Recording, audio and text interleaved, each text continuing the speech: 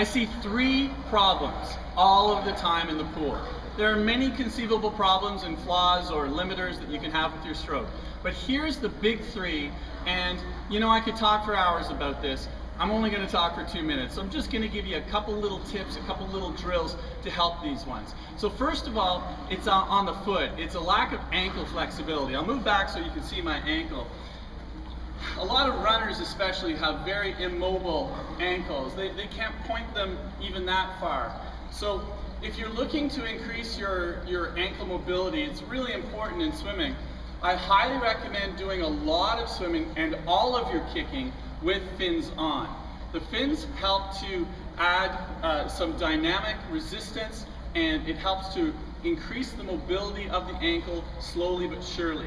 Avoid recommendations, sitting on your ankles and stuff like that, not so good. So number one for ankle mobility is kicking with fins. The next one is to do some strength for the lower legs. So you can get resistive bands, put it around the toe, around a doorknob, and pull the band towards you. Or you can then reverse it, put it around the foot, you hold it, and push away from you. Also a little rotation, internal and external. And that will help the mobility of your ankle.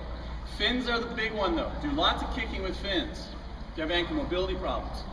The next problem is body position. So the default depth for your head when you're swimming is mid-head, right there, looking straight down. Now, some swimmers are built a little different, and you'll find that when they're that deep, they're kicking air. Well, if you're kicking air, then you're allowed to lift your head a little bit. But remember that most triathletes, or triathletes in general, don't want to kick very hard. We want to save our legs because we have a big job for them coming up with the bike and run. So gentle kick and head a little bit lower. It's easy to swim with your head deep when you're gliding. It's when you're breathing is the challenge. So two little cues. One is when you turn to breathe, push your ear down. That's a cue to remember. But the big one is a measuring stick. If you don't see water in your bottom goggle when you're breathing, chances are your head's too high. So look for water in your bottom goggle. So the first was kick, second was body position. The third is crossover. So the quick cure, well, I won't say cure, but a great thing to do if you cross over when you're swimming like this is to swim with a pull buoy.